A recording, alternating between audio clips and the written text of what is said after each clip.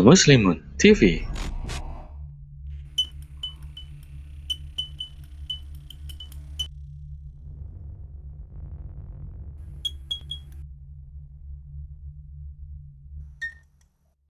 Bismillahirrahmanirrahim. Assalamualaikum warahmatullahi wabarakatuh. Innal hamdalillah nahmaduhu wa nasta'inuhu wa nastaghfiruh wa na'udzu billahi min shururi anfusina wa sayyiati a'malina. May yahdihillahu fala mudilla lahu wa may yudlil fala hadiya lahu. Asyhadu an la ilaha illallah wahdahu la syarika lahu wa asyhadu anna Muhammadan abduhu wa rasuluhu la nabiyya wa la rasula ba'da. Allahumma salli wa sallim wa barik ala nabiyyina Muhammadin wa ala alihi wa ashabihi wa man tabi'ahum bi ihsan ila yaumiddin, summa ma ba'd. Jamaah salat subuh Masjid Al-Muslimun rahimakumullah. Alhamdulillah, kembali kita bersyukur kepada Allah Subhanahu wa taala atas nikmat yang Allah berikan pada kita semuanya, yaitu nikmat iman, Islam, kesehatan dan berbagai macam nikmat lainnya. Dan Allah berfirman, wa in ta'uddu ni'matallahi la tuhsuha. Seandainya kalian menghitung-hitung nikmat Allah, niscaya kalian tidak akan sanggup menghitungnya. Di kesempatan kali ini, insya Allah kita akan mereview ulang tentang adab-adab salat berjamaah. Jamaah rahimakumullah, salat ini adalah satu-satunya syariat Islam yang diwajibkan oleh Allah ketika Rasul berada di atas langit. Sedangkan syariat yang lainnya seperti saum, kewajiban zakat, jihad fisabilillah, itu diwajibkan ketika Rasul berada di kolong langit. Jadi beda. Ya. Untuk mewajibkan salat, ini Rasul diangkat dulu oleh Allah Azza wa Jalla ke atas langit sampai ke Sidrah Al-Muntaha. Dan salat ini tidak gugur karena kemiskinan. Sebagian syariat lain gugur kewajibannya karena miskin. Seperti zakat, ya, itu gugur karena adanya kemiskinan. Salat tidak gugur karena sakit. Sebagian syariat yang lain gugur karena sakit, seperti puasa. Dia gugur kewajibannya. Ya, di hari itu. Boleh diganti di hari yang lain. Tidak gugur karena peperangan. Kalau haji, itu bisa gugur kewajibannya kalau sedang ada peperangan di wilayah ya, tempat untuk melaksanakan ibadah haji. Tapi salat tidak gugur, baik karena sakit, karena miskin, karena perang, itu tidak gugur. Karena safar pun tidak gugur. Hanya ada diskon 50% untuk mereka yang safar. Ya, untuk salat rubaiyah atau salat yang jumlahnya 4 rakaat itu bisa dilaksanakan hanya 2 rakaat saja. Nah, salat ini sangat dianjurkan, bahkan sebagian ulama mengatakan wajib bagi laki-laki untuk salat wajib itu dilaksanakan secara berjamaah. Nah, ini khilaf antar ulama tentang wajib dan sunnahnya.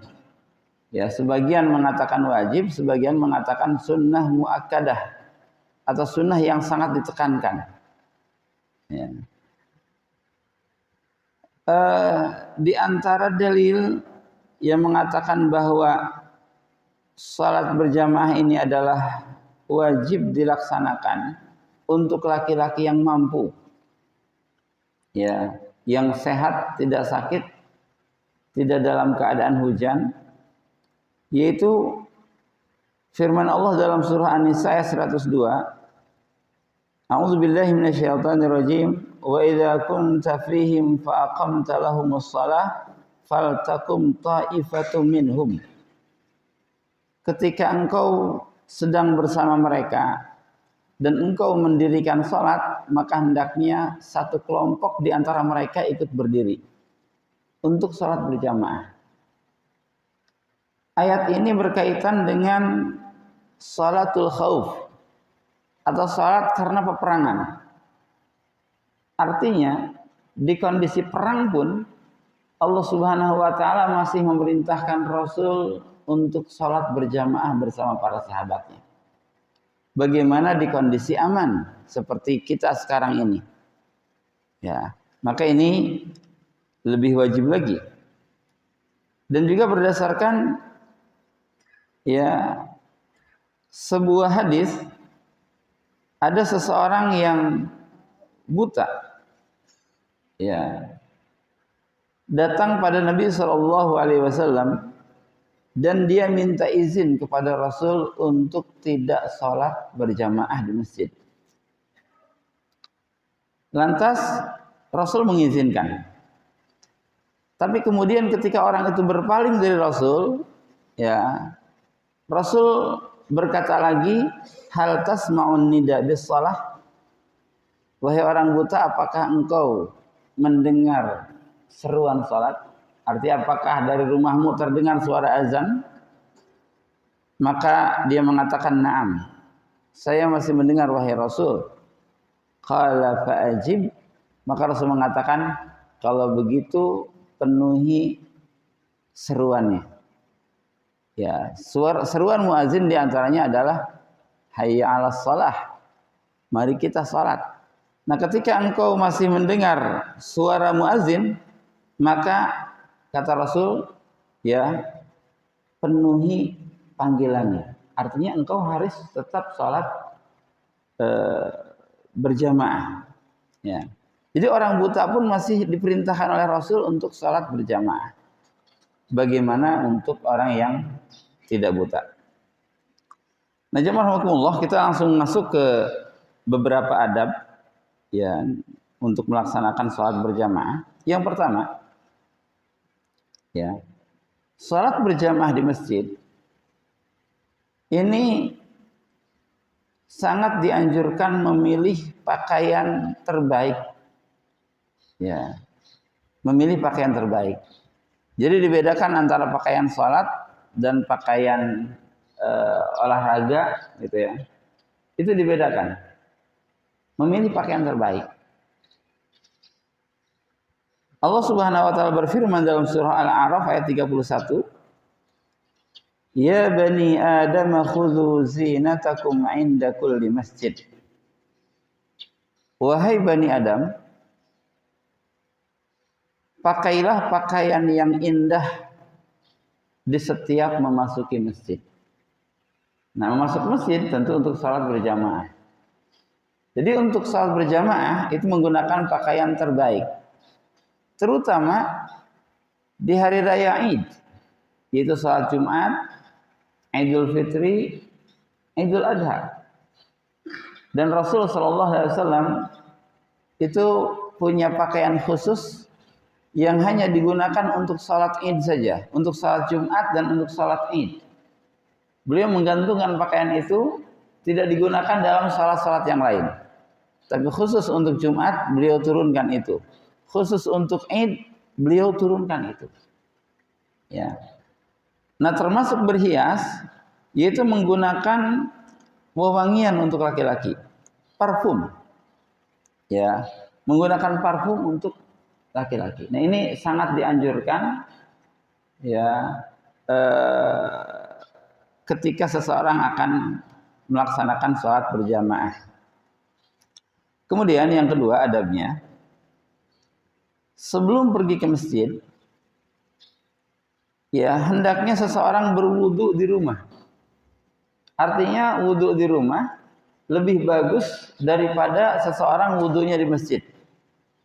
Ya. Jadi dia berjalan dari rumah ke masjid dalam keadaan suci, dalam keadaan telah berwudu, dalam keadaan sudah siap untuk melaksanakan sholat berjamaah. Ya. Dan ini ada keutamaan khusus bagi mereka yang wudu di rumah kemudian keluar menuju masjid. Ya. yaitu sabda Rasulullah sallallahu alaihi wasallam, man tatahhara fi baitihi, siapapun yang bersuci di rumahnya, summa masya ila baitin min buyutillah, kemudian dia berjalan menuju salah satu rumah Allah, artinya masjid. Masjid itu bukan milik pribadi tapi milik kaum muslimin. Siapapun yang salat di masjid seperti ini itu tidak boleh dilarang. Ya, sebab ini milik Allah Azza wa Jalla. Ya, dia keluar dari rumahnya menuju salah satu rumah Allah, liyaqdiya fardatan min faraidillah, untuk melaksanakan salah satu fardu yang difardukan oleh Allah, atau untuk melaksanakan salah satu kewajiban yang diwajibkan oleh Allah Subhanahu wa taala, yaitu salat. Ya. Kanat khatawatuhu ihdahuma tahuttu khati'ah wal ukhra tarfa'u darajah. Maka langkah-langkahnya, langkah yang pertama itu akan menghilangkan dosa, langkah yang kedua akan meninggikan derajat. Ya. Jadi begitu terus. Ya, hilang satu dosa, diangkat satu derajat, hilang satu dosa, diangkat satu derajat, terus begitu. Ya. Ini untuk mereka yang wudunya di rumah, untuk salat berjamaah. Ya. Bukan untuk mereka yang wudunya di masjid. Untuk mereka yang wudunya di masjid berarti langkahnya ya dari ya tempat wudu ke sini, paling hanya beberapa langkah saja. Ya. Dari sini akan terbedakan nanti derajat seseorang yang melaksanakan sholat berjamaah, apakah 25 derajat selisihnya ataukah 27 derajat. Dipengaruhi oleh banyak hal, diantaranya dipengaruhi oleh jarak rumah ke masjid. Ya, jarak rumah kita ke masjid itu berbeda-beda. Semakin jauh rumah kita, ya, maka akan semakin besar pahala sholat berjamaah kita. Tapi di sini menggunakan langkah kaki, tidak menggunakan motor, tidak menggunakan mobil. Ya, sebab Rasul mengatakan khutuwat, yaitu langkah-langkah, gitu ya. Ini hadis sahih riwayat Muslim. Ya. Nah kemudian ketika berjalan, ini diperintahkan oleh Rasul untuk berjalan dengan tenang. Ya, tidak berlari-lari. Tapi tenang, bersahaja. Tidak terlalu lambat juga tidak terlalu cepat. Jalannya jalan biasa saja. Gitu ya. Nah, kemudian membaca doa menuju masjid. Mulai dari keluar rumah, ini ada adab. Setelah kita berwudu di rumah, kita buka pintu rumah, kemudian kita membaca doa keluar rumah, dan Rasul bersabda, "Idza kharajar rajulu min baitihi." Ketika seseorang keluar dari rumahnya dan dia mengatakan bismillahi tawakkaltu 'ala Allah, la haula wala quwwata illa billah. Dengan nama Allah aku bertawakal kepadanya, tidak ada daya dan kekuatan kecuali dari Allah. Qala maka Rasul bersabda, yuqalu hina idzin, akan dikatakan ketika orang tersebut membaca doa ini, hudita wa kufita wa wuqita. Ya, engkau telah diberikan hidayah, engkau telah dicukupi dan engkau telah dilindungi. Fatatanahalahu syaitan. Maka setan pun yang biasanya menggoda orang tersebut itu akan minggir, akan menyingkir dari jalannya. Fayaqulu lahu syaitan akhar, dan setan yang lain akan berkata kepada setan yang sering menggoda ini, kaifalaki birajulin qad hudiya wa kufiya wa wuqiya. Bagaimana mungkin engkau bisa menggoda seseorang yang sudah diberikan hidayah, dicukupi dan dilindungi oleh Allah Subhanahu wa taala. Ya. Nah ini. Jadi sebelum keluar rumah kita berdoa dulu, bismillahirrahmanirrahim, Allah, la haula wala quwata illa billah.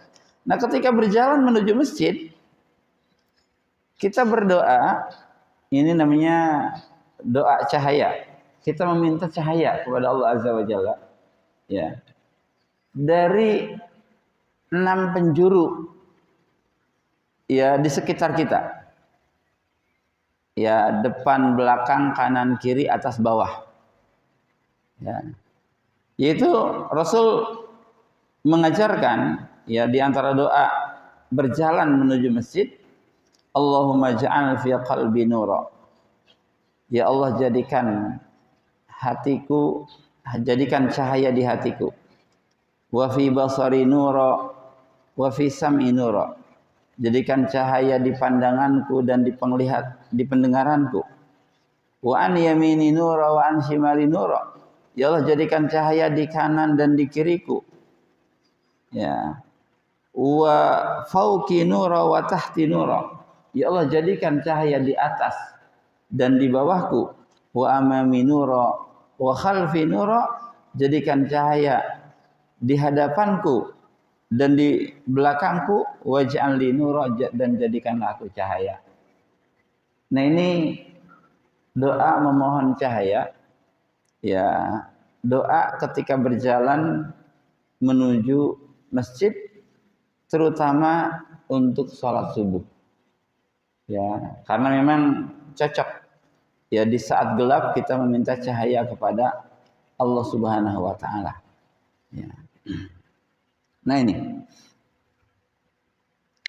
hati yang bercahaya adalah hati yang mampu membedakan mana yang baik dan mana yang buruk. Itu hati yang bercahaya. Mata yang bercahaya adalah mata yang dibimbing oleh Allah Azza wa Jalla. Dia melihat yang baik dan menghindari untuk melihat yang buruk. Telinga yang bercahaya pun demikian. Telinga yang baik yang dibimbing oleh Allah Azza wa Jalla hanya mendengar kebaikan, ya, dan dia tidak menikmati gibah-gibah yang dilakukan oleh seseorang. Kaki yang bercahaya adalah kaki yang senantiasa berjalan menuju kebaikan. Terus begitu. Nah, kita meminta kepada Allah Azza wa Jalla agar kita diberikan cahaya. Cahaya sangat dibutuhkan untuk kehidupan dunia ini dan juga untuk kebutuhan akhirat nanti. Ketika kita sudah berada di depan masjid, ya, untuk salat berjamaah, maka ini pun ada doa, ya. Rasul bersabda, "Idza dakhala ahadukumul masjid." Kalau seseorang di antara kalian masuk masjid, falyaqul, hendaknya dia berdoa, Allahumma ftahli abwaaba rahmatik, ya Allah, bukakanlah pintu-pintu rahmatmu untukku. Wa idza kharaja, kalau dia keluar masjid, falyaqul, hendaknya dia berdoa, Allahumma inni as'aluka min fadlik. Ya Allah, aku meminta karuniamu. Nah, kalau masuk masjid meminta rahmat, kalau keluar masjid meminta karunia. Kenapa? Karena rahmat Allah Azza wa Jalla memang banyak di masjid. Kasih sayang Allah Azza wa Jalla akan banyak terbuka di masjid dengan ibadah yang dilakukan oleh seseorang. Salat yang kita lakukan itu akan menjadi penyebab Allah merahmati kita. Quran yang dibaca akan menjadikan Allah merahmati kita. Zikir yang dilantunkan itu akan menjadikan Allah merahmati kita. Maka kita meminta rahmat dan kasih sayang Allah Azza wa Jalla ketika kita berada di masjid. Sedangkan karunia atau fadilah atau rizki itu banyaknya di luar masjid. Ya, itu fadilah Allah Azza wa Jalla. Ya, maka kaum muslimin adalah satu kaum yang senantiasa mengharapkan kebaikan dunia dan kebaikan akhirat. Itu kaum muslimin. Seimbang antara dunianya dan akhiratnya, antara masjidnya dan pasarnya, masjidnya dan sawahnya, masjidnya dan perkantorannya. Itu seimbang. Bukan di masjid terus, nggak pernah mencari harta dunia. Atau di dunia terus, tidak pernah ke masjid. Ya, kaum muslimin ini umat yang seimbang antara dunia dan akhirat. Nah, kemudian ketika kita masuk masjid, maka kita tidak boleh melewati orang yang sedang sholat sendiri atau melewati imam. Ya, Itu tidak boleh. Rasulullah sallallahu alaihi wasallam bersabda, "Lau ya'lamul maru baina yaday musalli madza alaihi." Seandainya orang yang melewati orang yang salat mengetahui betapa besar dosa yang akan dia tanggung, lakana ayyaqifa arba'in khairan lahu min ayyamurra baina yadayhi. Niscaya ketika dia berdiri selama 40, nah 40-nya tidak diberikan keterangan oleh Rasul, tapi sebagian ulama mengatakan 40 tahun. Seandainya dia berdiri berhenti selama 40 tahun untuk tidak melewati orang ini, maka itu akan lebih baik daripada dia melewati orang yang sedang sholat. Ya. Nah, maksud melewati orang yang sedang sholat di sini dijelaskan adalah melewati orang yang sedang sholat sendiri atau melewati imam. Ya, maka ada sutroh pembatas antara seseorang dengan orang yang sholat ketika dia sholat sendiri. Ya, adapun makmum ini sutrohnya adalah sutroh imam. Ya, adapun melewati orang yang sedang sholat dan dia adalah makmum, itu tidak apa-apa ketika ada kepentingan. Misalnya kita batal, kita akan pergi ambil air wudhu, maka kita akan melewati orang-orang yang sedang sholat, itu tidak mengapa. Ya. Yang dilarang adalah melewati orang yang sedang sholat sendiri atau imam, antara dia dengan sutrohnya. Ya, kalau memasang sutroh. Dan disunahkan ya untuk memasang sutroh kecuali di Masjidil Haram, itu tidak boleh. Ya, sebab apa? Sebab itu akan sangat mengganggu orang-orang yang sedang tawaf. Ya. Nah, kemudian di antara adab ketika akan melaksanakan sholat berjamaah, yaitu melaksanakan sholat 2 rakaat sebelum duduk. Ini namanya tahiyatul masjid. Ya, salat tahiyatul masjid. Kalau seseorang masuk masjid dan ada beberapa anjuran salat sunnah di waktu yang sama, maka boleh melakukan seluruh salat-salat sunnah ini dengan 1 kali salat sunnah atau dengan 2 rakaat saja. Ya, seperti kalau kita masuk masjid tadi setelah azan, setelah wudhu, ya, dan kita masuk masjid, maka di situ minimal ada 3 salat sunnah. Pertama, salat sunnah tahiyatul masjid karena kita masuk masjid. Yang kedua, qabliyah subuh karena sudah azan. Ya, kita sunnah juga 2 rakaat qabliyah subuh. Yang ketiga, syukrul wudhu karena kita habis wudhu. Itu yang dilakukan oleh Bilal radhiyallahu anhu. Nah, 3 macam salat ini itu bisa diwakili oleh 2 rakaat saja. Ya. Jadi dia cukup melakukan 2 rakaat salat untuk tahiyatul masjid, untuk qabliyah subuh, untuk syukrul wudhu. Ya, kenapa? Karena ini semuanya salat sunnah. Ya, ini semuanya salat sunnah. Karena ini semuanya salat sunnah, maka bisa digabungkan niatnya hanya untuk dengan 1 salat sunnah saja untuk seluruh niat, gitu ya. Jadi bukan 6 rakaat, 2 rakaat salam, ini tahiyatul masjid, bangkit lagi, 2 rakaat lagi untuk qabliyah subuh, bangkit lagi untuk syukrul wudhu misalkan. Nah, ini disunahkan, ya, tidak duduk kecuali setelah salat 2 rakaat. Rasul bersabda, "Idza dakhala ahadukumul masjid falyarka rak'atain qabla ay yajlis." Kalau seseorang di antara kalian masuk masjid, maka hendaknya dia melakukan 2 rakaat salat sebelum dia duduk. Ya, sebelum dia duduk. Nah, ini tahiyatul masjid ini sunnah dilakukan di seluruh masjid kecuali Masjidil Haram. Karena di Masjidil Haram tidak ada salat tahiyatul masjid. Ya, diganti tahiyatul masjidnya dengan tawaf 7 kali. Ya.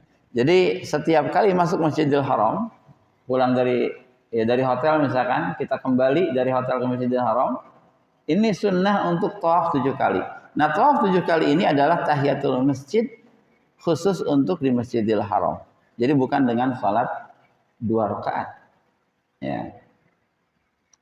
Nah, juga untuk khatib ini pun banyak para ulama mengatakan tidak ada salat tahiyatul masjid, sebab Rasul itu ketika khutbah beliau dari rumah langsung ketika datang langsung ke mimbar. Ya, menunggu waktunya itu di rumahnya. Tapi kalau jauh ya silahkan di masjid salat tahiyatul masjid dulu. Banyak kekeliruan terjadi di salat Jumat. Ketika azan berkumandang, orang-orang yang baru masuk masjid itu dia berdiri dulu, tidak langsung salat. Seolah-olah mendengar dan menjawab azan. Mendengar dan menjawab azan itu sunnah, tetapi mendengarkan khutbah itu wajib. Nah, maka yang terbaik ketika dia masuk masjid, ketika muazin sedang azan salat Jumat, dia langsung salat 2 rakaat.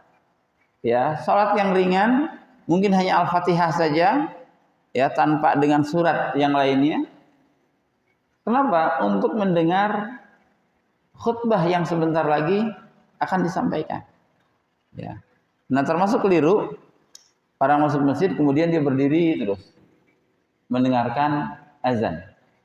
Ya, artinya dia mengejar yang sunnah tetapi luput hal yang wajib darinya. Ya, sedangkan mengambil yang wajib itu lebih diutamakan daripada mengambil yang sunnah.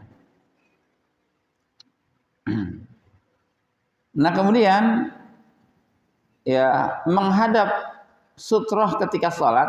Nah, ini untuk imam maksudnya, ya, atau untuk orang yang sholat sendiri di masjid. Idza shalla ahadukum falyusalli ila sutratin wal yadnu minha.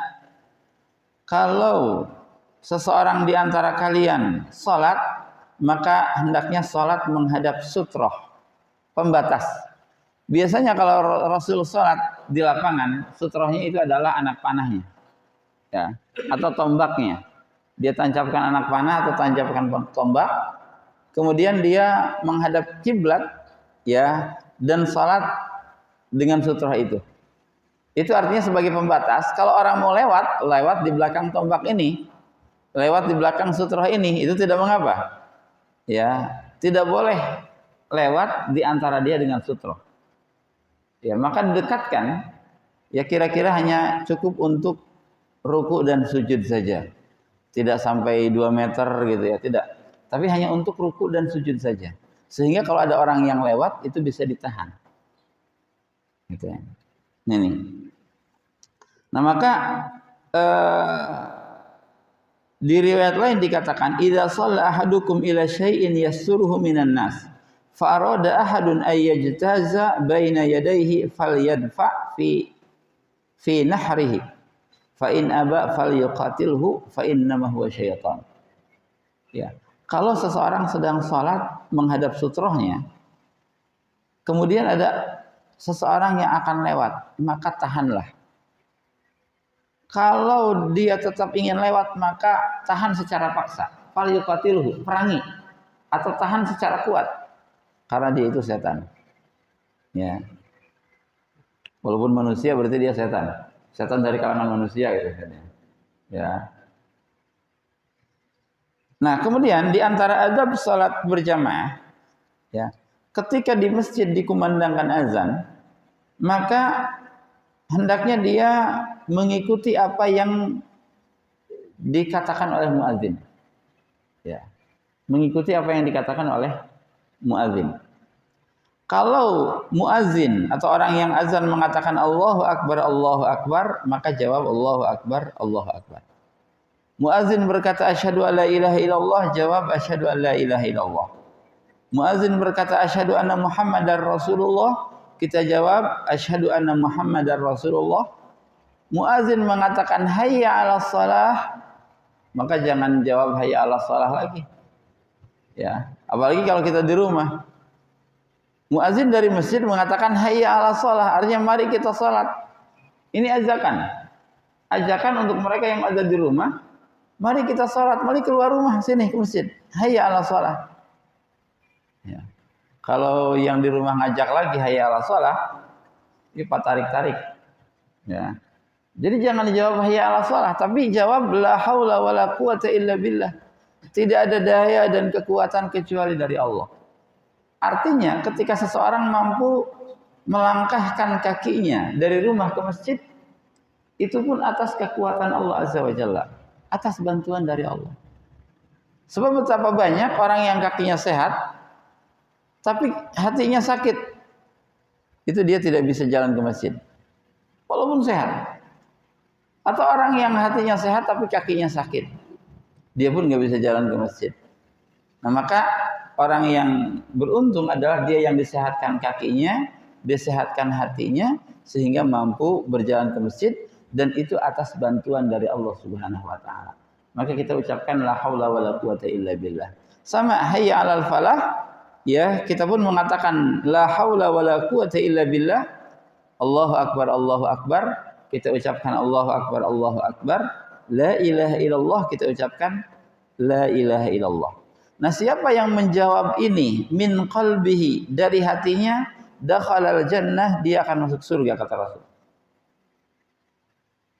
Mengikuti suara azan itu ringan, tetapi kita banyak luput darinya. Kita semua, termasuk saya mungkin, ya, banyak yang luput darinya. Padahal surga. Ya, kita mengikuti itu bukan hati, bukan mulut saja yang mengikuti, tapi hati pun memang mengikuti dan mengerti maknanya. Itu akan masuk surga. Ya. Dan muazin, orang yang azan ini adalah orang yang sangat utama. Seluruh makhluk yang mendengar suaranya, mendengar seruannya, mendengar dakwahnya, ini adalah dakwah, maka itu akan menjadi saksi pada hari kiamat bahwa si fulan salah seorang dai, penyuruh sholat. Ya. Dan dia akan menjadi manusia yang paling panjang lehernya pada hari kiamat. Para ulama berbeda pendapat apa yang dimaksud panjang leher. Ada mengatakan orang yang paling dikenal dengan kebaikan. Ada juga yang mengatakan orang yang tidak akan tenggelam dengan keringatnya di hari mahsyar nanti, ketika banyak orang yang tenggelam dengan keringatnya, tapi dia panjang lehernya. Ya. Utama, sangat utama. Ya. Dan Rasul sallallahu alaihi wasallam itu ternyata tidak pernah azan. Walaupun sangat utama azan itu, tapi Rasul tidak pernah melantunkan azan untuk sholat. Kenapa? Karena ini salah satu kasih sayang Rasul kepada umatnya. Ya, sebab konsekuensinya beda. Kalau Rasul azan dan Rasul mengatakan hayya 'alas shalah, dan ada kaum muslimin yang ternyata masih di rumahnya tidak memenuhi seruan Rasul, maka ini beda konsekuensinya ketika seseorang tidak memenuhi suara Bilal. Ya, tidak memenuhi undangan Rasul. Itu berbeda dengan tidak memenuhi undangan Bilal bin Abi Rabah radhiyallahu anhu. Ya, ini. Dan azan sejak disyariatkannya, dia terus berputar di seluruh titik-titik bumi dan tidak akan pernah berhenti sampai hari kiamat. Kita baru selesai azan subuh, di sana baru ada yang mulai subuh di sana. Ya, terus berputar subuh itu, belum selesai azan subuh, sudah datang lagi zuhur, asar, terus berputar terus. Tidak pernah berhenti dari satu titik bumi ini, ya. Dan tidak ada satu agama pun yang memamerkan inti ajarannya kecuali Islam. Inti ajaran Islam ada di azan. Asyhadu alla ilaha illallah, asyhadu anna Muhammadar Rasulullah. Agama lain tidak ada yang memamerkan inti ajaran mereka. Hanya Islam yang memamerkan inti ajarannya ke seluruh dunia. Gitu ya. Nah ini. Kemudian bagi orang yang sudah masuk masjid dan azan sudah dikumandangkan, maka tidak boleh keluar dari masjid, ya, sampai dia selesai melakukan sholat berjamaah di masjid. Kalau azan sudah dikumandangkan dan dia berada di masjid, kecuali ada uzur yang sangat mendesak, itu boleh. Dari seorang sahabat, ya, Abul Ash'as radhiyallahu anhu, dia berkata, "Kunna qu'udan fil masjid ma'a Abi Hurairah." Satu hari kami duduk bersama Abu Hurairah di masjid. Fa'adzana al-mu'adzin faqama rajulun minal masjid yamshi fa'atba'ahu Abu Hurairah basarahu hatta kharaja minal masjid. Ya. Ketika azan itu sudah selesai, tiba-tiba ada seseorang yang keluar masjid dan Abu Hurairah mengikutinya dengan pandangannya. Ya. Jadi Abu Hurairah mengikuti orang itu keluar dari masjid dengan pandangannya. Abu Hurairah melihat dan beliau mengatakan, "Amma hadza faqad asa Abul Qasim sallallahu alaihi wasallam." Adapun orang ini yang keluar dari masjid tadi, dia sudah bermaksiat kepada Abul Qasim. Yaitu bermaksiat kepada Rasulullah sallallahu alaihi wasallam. Nah, dari sini para ulama mengatakan, untuk kita yang sudah berada di masjid dan azan sudah dikumandangkan, maka tidak boleh lagi keluar dari masjid sampai melaksanakan sholat berjamaah. Ya, kalau sudah selesai baru silakan keluar. Ya. Nah, kemudian memanfaatkan waktu antara azan dan iqamah. Ya, ad-du'a bainal azan wal iqamah la yurad. Doa di antara azan dan iqamah itu tidak ditolak. Selesai azan maka berdoa kepada Allah Azza wa Jalla. Selesai azan kita salat 2 rakaat, kemudian memperbanyak doa. Ya.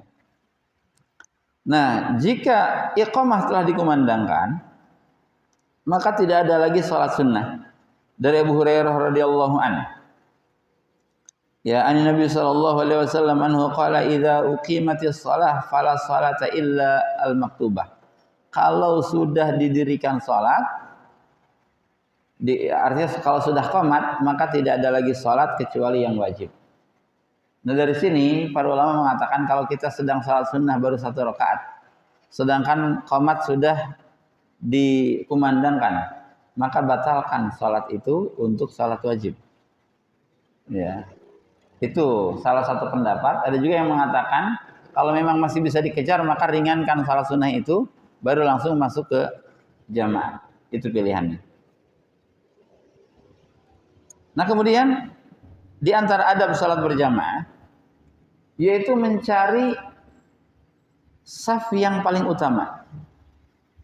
Artinya saf yang terdepan terlebih dahulu. Ya, saf yang terdepan terlebih dahulu. Rasul bersabda, khairu sufufir rijal awwaluha wa syarruha akhiruha wa khairu sufufin nisa akhiruha wa syarruha awwaluha. Sebaik-baik saf untuk laki-laki adalah saf pertama dan yang paling buruk adalah yang paling belakang. Dan sebaik-baik saf perempuan adalah saf yang belakang dan yang paling buruk adalah saf yang paling depan. Artinya ketika seseorang lebih jauh dari lawan jenisnya, itu akan lebih baik, sebab itu akan lebih khusyuk, ya, lebih jauh dari fitnah. Maka diatur dalam Islam seperti itu. Ya. Lau ya'lamuna ma fis saffil muqaddam lastahamu. Seandainya mereka mengetahui pahala besar untuk mereka yang berada di saf pertama, niscaya mereka akan mengundi untuk mendapatkannya. Akan diadakan undian, ya, untuk mendapatkannya. Kemudian di antara adab yaitu merapikan barisan. Ya, merapikan barisan. La tusawwuna sufufakum aw la yukhalifanallahu baina wujuhikum. Hendaknya kalian sungguh-sungguh meluruskan saf kalian atau Allah akan memperselisihkan di antara wajah-wajah kalian. Ya, safnya baris, rapi, ya, rapat walaupun tidak terlalu rapat sehingga mengganggu kenyamanan sholat. Ya, cukup nempel sedikit lah. Ya, tidak terlalu rapat. Sebab kalau terlalu rapat ini akan mengganggu kenyamanan sholat. Dan kita tidak melebarkan kaki kita kecuali sebatas bahu kita saja. Bahu kita berapa senti nih? Oh, 50 senti, maka lebarkan 50 senti. Ya, bahunya 70 senti, lebarkan 70 senti. Jadi lurus antara kaki dan bahu, ya. Jangan punya bahu 50 cm, lebarnya sampai 80 cm. Ya. Ini apa namanya? Ya. Tidak bagus kelihatannya. Nah, ketika berjamaah, ini yang paling penting, jangan mendahului gerakan imam. Ya. Sebab kalaupun dia mendahului, dia tidak akan salam duluan. Kalau salam duluan ngapain jadi makmum kan itu. Jadi itu pasti tidak akan salam terlebih dahulu. Ya. Maka tidak boleh mendahului gerakan imam. Kalau dia mendahului takbir, jelas dia bukan seorang makmum. Ya. Jadi Rasul bersabda, "Innama ju'ilal imam liyu'tama bihi." Imam itu dijadikan imam untuk diikuti. Fala takhtalifu alaihi, maka janganlah kalian berselisih. Fa idza raka'a farka'u. Kalau imam ruku, baru kalian ruku. Wa idza sajada fasjudu. Kalau wa idza qala sami Allahu liman hamidah qulu rabbana walakal hamd. Kalau imam mengatakan sami Allahu liman hamidah, katakan rabbana walakal hamd. Wa idza sajada, kalau imam sujud fasjudu, maka kalian langsung sujud. Wa idza shalla jalisan fasallu julusan ajmaun. Kalau imam salatnya duduk, maka hendaknya kalian pun salatnya duduk. Jangan berdiri. Ya. Imam sakit misalkan, dia salatnya duduk dan dia dijadikan imam, maka kita pun salat dalam keadaan duduk. Itu untuk diikuti. Nah, Ibnu Utsaimin rahimahullah mengatakan, ya, bentar lagi ya. Ada 4 gerakan salat. Keterkaitan antara imam dan makmum, 3 salah, 1 benar. Ya. Yang pertama yaitu musabaqah. Makmum mendahului imam. Nah, ini haram hukumnya. Ya, musabaqah makmum mendahului imam. Apalagi kalau musabaqahnya dalam takbiratul ihram, dia jelas batal salatnya. Ya, haram. Imam belum ruku, dia ruku duluan. Imam belum sujud, dia sujud duluan. Itu musabaqah. Mendahului imam ini haram. Yang kedua, muwafaqah. Muwafaqah itu berbarengan. Ini pun keliru. Ya, rukunya orang tersebut berbarengan dengan ruku imam, sujudnya berbarengan dengan sujud imam, berdirinya berbarengan dengan berdiri imam, itu salah juga, walaupun lebih ringan daripada yang pertama. Kemudian mukhalafah. Mukhalafah atau takhaluf ini orang yang tertinggal dari gerakan imam. Imam sudah berdiri ya di rakaat kedua, sudah baca Al-Fatihah, dia masih sujud terus berdoa. Gitu ya. Dia masih nyaman sujud. Al-Fatihah udah mau selesai baru dia bangkit. Ini juga keliru. Terlalu lelet, terlalu lambat dalam mengikuti imam. Yang terakhir ini yang benar, yaitu mutaba'ah. Mutaba'ah itu mengikuti imam. Ya. Dia ruku setelah imam ruku. Dia sujud setelah imam sujud. Dia duduk setelah imam duduk. Begitu terus. Ini namanya berjamaah. Ya. Nah, ini dari 4 gerakan ini 3 salah, 1 benar. Yang terakhir, kalau kita sudah selesai maka keluar masjid dengan membaca doa tadi, Allahumma inni as'aluka min fadlik. Dan para wanita itu boleh sholat di masjid dengan izin suaminya, tidak menimbulkan fitnah, menutup aurat, tidak menggunakan wewangian. Dan seorang suami dilarang oleh Rasul untuk menahan istrinya di rumah kalau dia ingin salat di masjid. Rasul mengatakan la tamna'u ima Allah masajidallah, janganlah kalian melarang hamba-hamba Allah yang mukminah untuk menuju masjid-masjid Allah. Jadi itu pilihan. Ya, tidak boleh seorang suami melarang istrinya atau putrinya kalau ingin salat di masjid, ya, kemudian dilarang, itu tidak boleh. Walaupun rumah jelas lebih bagus daripada masjid. Wallahu alam, jamaah rahimakumullah, ini adalah di antara adab-adab salat berjamaah. Kalau ada yang mau menambahkan atau menanyakan, saya persilahkan. Ya, Pak. Bismillah.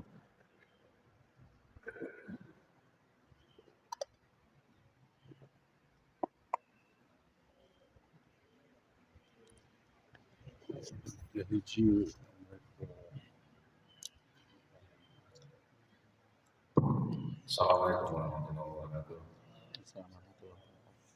Ustaz, mengenai doa setelah azan, Ustaz. Apakah yang dimaksud doa di sini adalah yang kita baca setelah azan, atau setelah azan tadi kita baca doa, terus kita berdoa lagi sepanjang sebelum sholat? Terima kasih.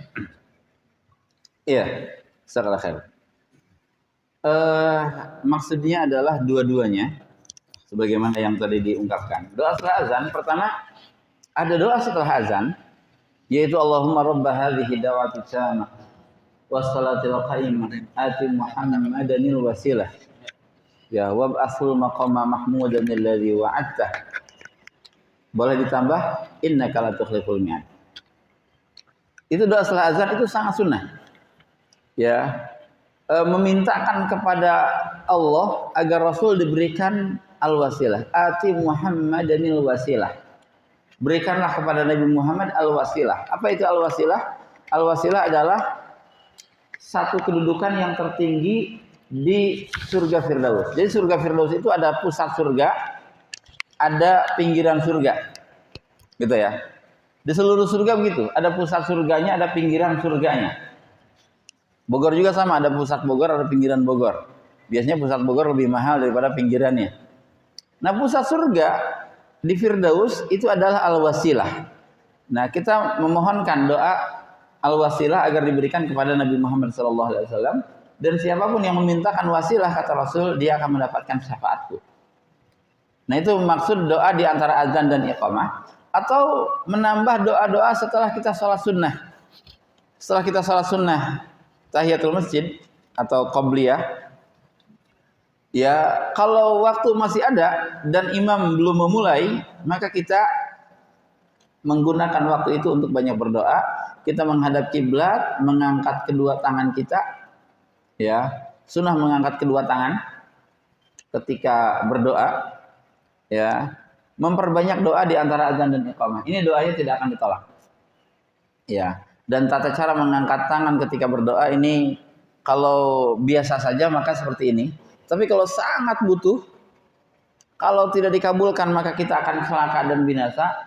Maka Rasul biasanya kalau syiddatul hajah itu mengangkat sangat tinggi sekali sampai ketiak putihnya terlihat. Dalam peperangan misalkan, ketika istisqa, beliau mengangkat doa sangat tinggi sekali sampai telapak tangan itu kembali ke bumi. Ya, maksud telapak tangan kembali ke bumi begini, saking tingginya seperti ini. Ya, sampai ketiak putihnya itu terlihat. Ya, karena ketiak Rasul ditarik terus ya, digundul terus, tidak boleh didiamkan. Ya, sehingga kulit putihnya terlihat, gitu ya. Nah, sampai telapak tangan kembali ke bumi begini. Jadi bukan begini, ya. Ada yang salat begini doanya.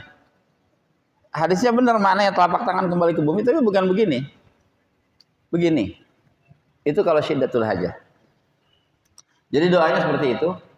Ya, dua-duanya doa setelah azan dan juga doa di antara azan dan iqamah. Naam, Allah a'lam. Assalamualaikum warahmatullahi wabarakatuh. Waalaikumsalam warahmatullahi wabarakatuh. Ada beberapa pertanyaan. Yang pertama mengenai sholat berjamaah itu ada imam dan makmum. Bagaimana? Apakah imam itu harus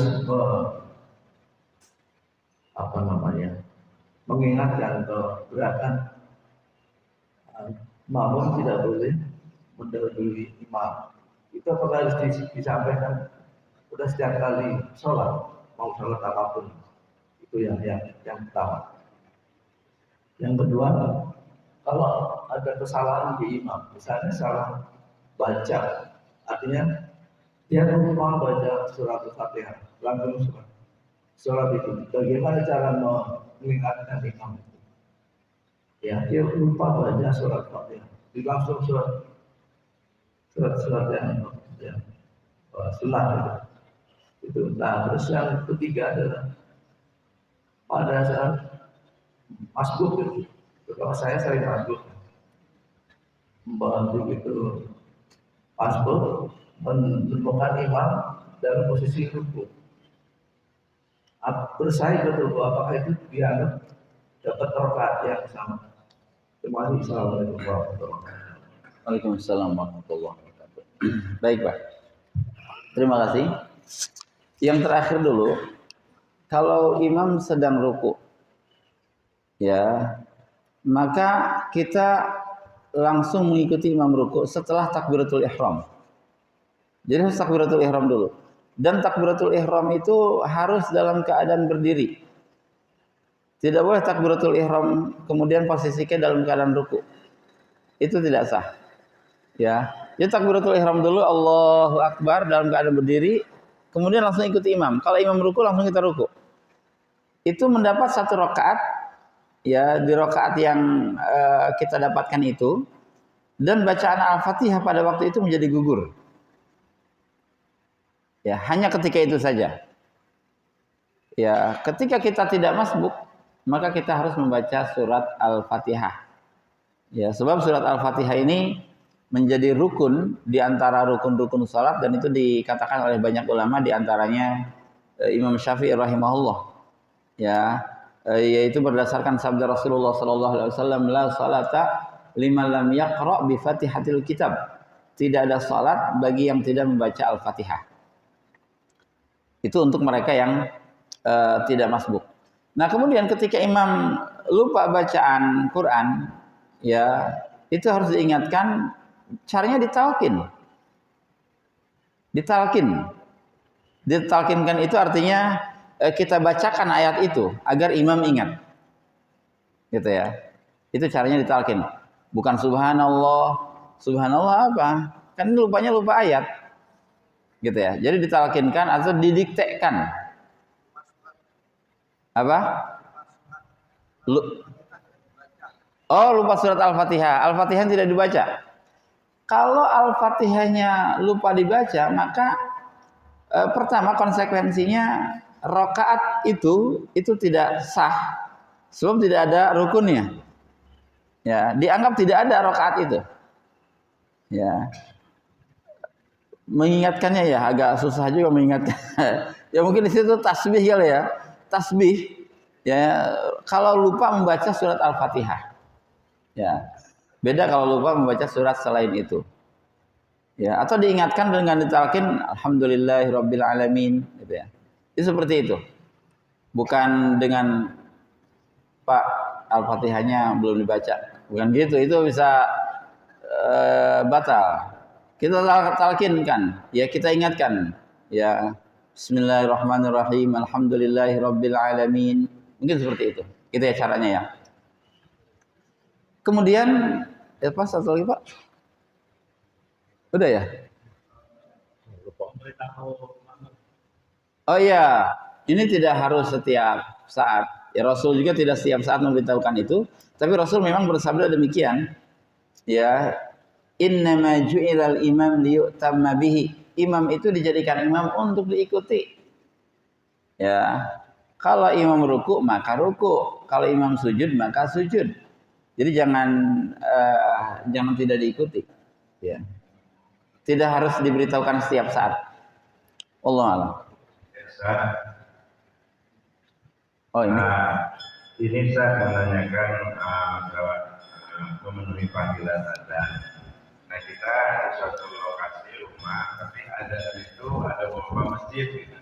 Ya. Nah ini yang kita ambil di masjid yang mana Ustaz? Karena ada yang dekat, tapi kita lebih cenderung pada masjid yang ini umpamanya gitu. Nah, itu hukumnya bagaimana Ustaz? Terima kasih. Itu pertama. Kedua, masalah tadi Ustaz menyampaikan bahwa di saf pertama itu adalah utama di dalam sholat berjamaah. Namun untuk yang di belakang imam ini kami di sini kelihatan ada kesulitan karena jamaah yang hafal lebih banyak hafal Al-Quran itu suka adanya jauh di saf belakang gitu, sehingga pada saat imam salah baca gitu atau lupa baca gitu, ini memberitahunya jauh di belakang sehingga juga kurang kedengaran. Ini sebaiknya bagaimana Ustaz? Terima kasih. Saya bisa masak. Iya. Ketika ada beberapa masjid di rumah kita, bahkan terdengar beberapa muazin, itu yang disunahkan menjawab seluruh muazin. Yang ini dijawab, yang ini dijawab, gantian jawabannya, gitu ya. Nah, untuk menuju masjid yang mana, kalau kualitas masjidnya sama, artinya tata cara sholat di masjid ini bagus, di sana pun bagus, gitu ya. Maka memilih yang terjauh dengan tujuan agar langkah kita lebih banyak itu lebih disukai. Itu fatwa dari Ibnu Baz rahimahullah. Ya, dengan syarat masjid yang terdekat itu tidak akan terbengkalai, tidak akan lalai, tidak akan berkurang jamaahnya secara signifikan gitu ya. Itu boleh. Memilih yang terjauh dengan tujuan apa? Agar dosa kita semakin banyak dihapuskan, agar derajat kita semakin banyak ditingkatkan oleh Allah Subhanahu wa taala. Itu pilihan. Ya, atau terkadang sesekali ke sini, sesekali ke sana, itu pun tidak mengapa. Wallah. Yang kedua tentang saf ya, tentang. Nah, Rasul mengatakan bahwa sebaiknya orang yang di dekat imam adalah orang yang paling berakal. Arti berakal di sini dia yang mengerti tentang fikih salat. Ya, bukan hanya sekedar bacaan Qur'annya. Jadi dia mengerti fikih salatnya. Ya, kalau dia punya kelebihan dalam hafalan, maka dia yang lebih utama. Itu memang demikian. Itu adabnya. Ya. Bisa jadi imam batal. Nah, ini akan terjadi kebingungan kalau di belakangnya tidak mengerti fikih salat. Ya. Imam bisa batal, nah itu harus digantikan oleh salah satu makmum. Maka makmum yang berhak menggantikan adalah dia yang berada di belakang imam. Ya, itu adabnya demikian. Allah. Assalamualaikum warahmatullahi wabarakatuh. Assalamualaikum. Pak Ustadz, kalau ada anak kecil yang belum dihitan atau belum balik di antara saf, apakah itu memutuskan saf? Terima kasih. Iya. Anak kecil yang ikut di saf ya, apakah memutuskan saf? Itu tidak memutuskan saf. Dan boleh anak kecil, masih kecil ya, dia belum wajib sholat, tapi dia diajar untuk sholat dengan syarat dia tidak mengganggu yang lainnya. Artinya sudah bisa dikondisikan, itu tidak mengapa. Dan Rasulullah SAW memerintahkan kita untuk mengajarkan anak mulai sholat itu di usia 7 tahun Hijriah. Sekitar 6 tahun lebih dikit lah kalau Masehinya. Ya, 6 tahunan lah. Ya. Dan konsekuensi mengajarkan sholat artinya mengajarkan wudunya juga. Ya, mengajarkan wudunya juga. Khitan belum wajib, tetapi memang sangat dianjurkan. Ya, sangat dianjurkan sedini mungkin lah. Usia bayi laki-laki pun sebenarnya kalau baru 1 bulan disunat itu sudah sangat bisa sekali. Ya, semakin awal disunat itu akan semakin bagus. Tetapi kalau dia sholat, ya belum disunat itu tetap sah sholatnya. Ya, sebab sunat bukan termasuk syarat sah sholat. Ya, itu. Jadi tidak memutuskan sah. Allah. Assalamualaikum warahmatullahi wabarakatuh. Assalamualaikum. Mau tanya Ustaz masalah sholat tahiyatul masjid. Jadi Ustaz menjelaskan bisa digabung dengan sholat wudu, qabliyatul subuh misalnya, dan tahiyatul masjid digabung jadi 3 dengan 1 riyad. Pernah kita dapat juga bahwa selagi waktu masih ada, sebaiknya itu dipisah. Dan banyak jumlah sujud kita makin banyak pahalanya. Itu pertama. Yang kedua, Ustaz menjelaskan bahwa tidak ada sholat sunat masjid di Masjidil Haram.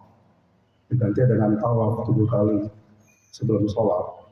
Nah, sekarang ini untuk masuk bisa tawaf, harus pakai ihram. Karena kita mau pingin sholat masjid tidak boleh. apakah ada hadisnya. Kemudian kalau kita mau tawaf, kita menipu, kita pakai ikhlak supaya bisa tawaf. Padahal kita tidak umroh. Apakah ini berdosa? Ketiga, ada larangan di ensiklopedi larangan dalam Islam itu ada 3 jilid saya pernah punya. Salah satu adalah makmum tidak boleh berdiri sebelum imam berdiri duluan. Pertama, kedua ada tidak boleh sholat di satu tempat tertentu setiap saat kita sholat di masjid. Jadi sebaiknya kita berpindah-pindah. Dan penjelasannya panjang. Terima kasih. Wassalamualaikum warahmatullahi wabarakatuh. Waalaikumsalam warahmatullahi wabarakatuh. Iya, saya akan jawab yang saya tangkap aja Pak ya. Yang pertama, ya tentang penggabungan niat. Ini hukumnya boleh, bukan dilarang. Ya, jadi kalau kita ingin sholat lagi itu silahkan. Tapi jika ingin digabungkan itu boleh. Ya, boleh digabungkan, bukan harus digabungkan. Ya. Jadi kalau kita ingin sholat beberapa rakaat karena memang khomatnya masih panjang, 12 menit lagi misalkan atau 10 menit lagi dan kita ingin sholat lagi itu silahkan.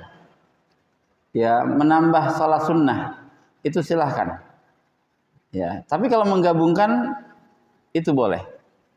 Menggabungkan dalam satu niat. Ya, itu hukumnya boleh. Jadi dicukupkan dengan satu sholat untuk beberapa niat sunnah itu boleh. Ingin memisah-misah juga silahkan.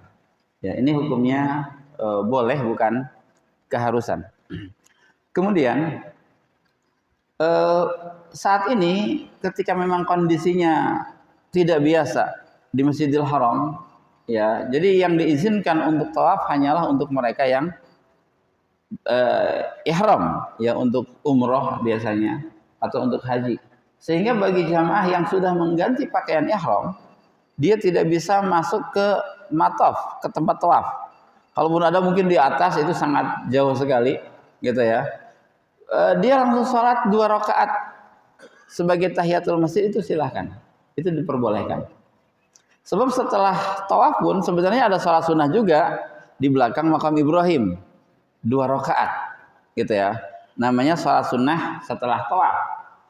Itu silahkan saja, ya. Memperbanyak sholat mutlak di Masjidil Haram itu sangat bagus. Ya, sholat duha misalkan atau sholat malamnya itu yang sholat malam termasuk sholat mutlak tanpa batasan rakaat. Ya, Rasul mengatakan sholatul laili masna masna, sholat malam itu 2 rakaat, 2 rakaat. 2 rakaat salam tambah lagi, 2 rakaat salam tambah lagi tanpa ada batasan. Itu silahkan. Karena keutamaan Masjidil Haram. Ya.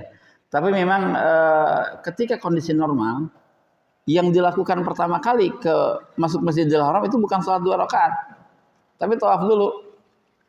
Itu sunnah, bukan wajib. Kalau langsung sholat bagaimana? Itu pun termasuk mendapatkan pahala besar dari Allah Azza wa Jalla. Artinya dia meninggalkan sunnah tawaf. Ya, tawaf itu sunnah untuk mereka yang masuk Masjidil Haram, baik dalam keadaan ihram ataupun tidak ihram.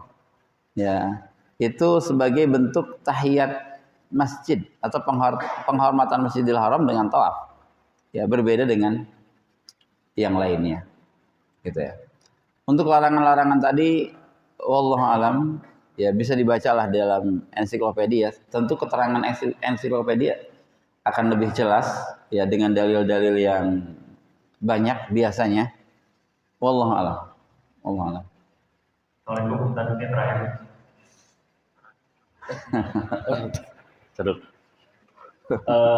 Saya pernah melihat satu hadis gitu bahwa Rasulullah tuh membaca misalnya iftitah malam dan iftitah siang itu beda gitu, bacaannya ya.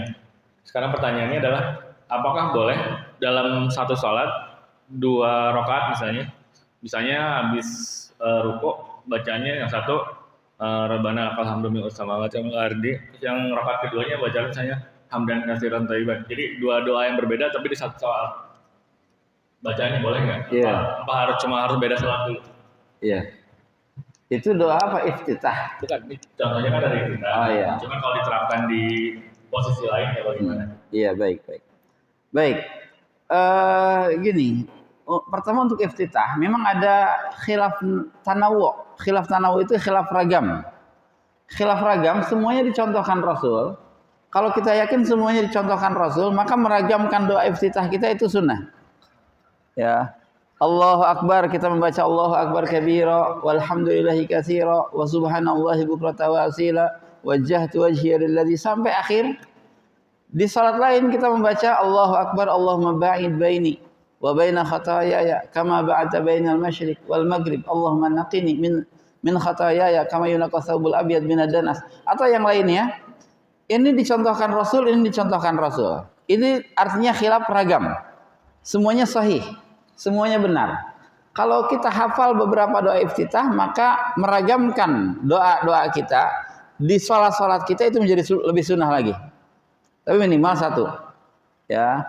Sama ketika kita di satu salat ya, kita sujud misalkan. Tapi sujudnya yang berbeda itu silahkan meragamkan doa sujud. Ya. Misalkan kita membaca Subhana rabbiyal a'la. Di rakaat yang lain kita membaca Subuhun Qudusun Rabbul malaikati warruh misalkan. Itu silakan.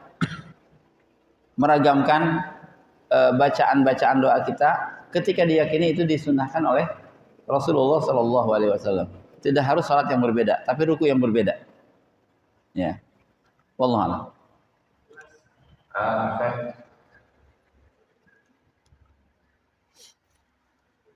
Ini Ustaz, dalam sholat sunat, baik tahajud, tarawih atau qiyamah ya, kan harus 2 rakaat gitu kan. Apakah setiap 2 rakaat sekali itu harus ada doa iftitahnya atau memang cukup satu kali yang awal aja gimana? Iya, doa iftitah sunnah dibaca di setiap memulai sholat setelah takbiratul ihram. Sunnah, ya di setiap setelah takbiratul ihram. Jadi sebagaimana kita takbiratul ihram di setiap salat, maka di setiap itu juga sunnah membaca doa iftitah. Ya, pilih yang paling ringan, misalkan yang paling pendek di salat-salat yang sunnah yang biasanya imam agak cepat juga bacanya, gitu ya. Allah.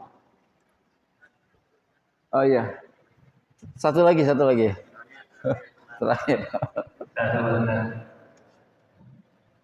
Tentang tadi surat Al-Baqarah tentang baju yang baru. Itu seperti apa Ustaz? Apakah baju gamis, apakah pakai jas, atau pakai batik, atau hanya bersih gitu? Itu Ustaz. Kemudian ini ada pesanan Pak Budi ini tentang yang di belakang imam. Apakah itu ditentukan oleh BKM atau kesadaran kita yang kita sudah mumpuni untuk di belakang imam? Sekian Ustaz.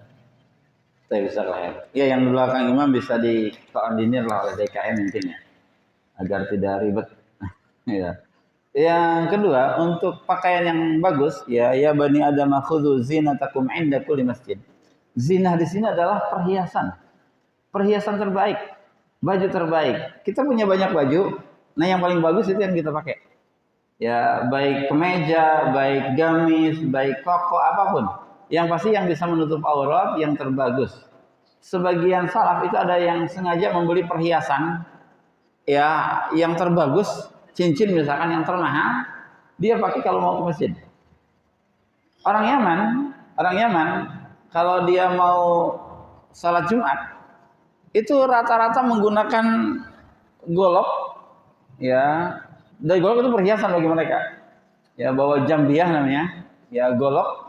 Ini golok itu mahal-mahal, bahkan ada mata emasnya sedikit di golok itu. Ya, ini perhiasan mereka. Kalau khatib tidak pakai itu nggak akan dengerin itu. Ya, jadi bagi mereka memang itu sudah kebiasaan, sudah menjadi adat. Ya, mewangikan ruangan pakai gaharu misalkan, terutama di salat Jumat ya, terutama di salat Jumat. Itu benar-benar mereka merealisasikan firman Allah khudzu zinatakum inda kulli masjid ya, gunakan pakaian terbaik kalian setiap masuk ke dalam masjid. Wallahu alam, mohon maaf atas segala kekurangan. Saya tutup dengan kafaratul masjid, kafaratul majlis ya, subhanaka Allahumma wa bihamdik Asyhadu an la ilaha illa anta astaghfiruka wa atubu ilaik. Assalamualaikum warahmatullahi wabarakatuh.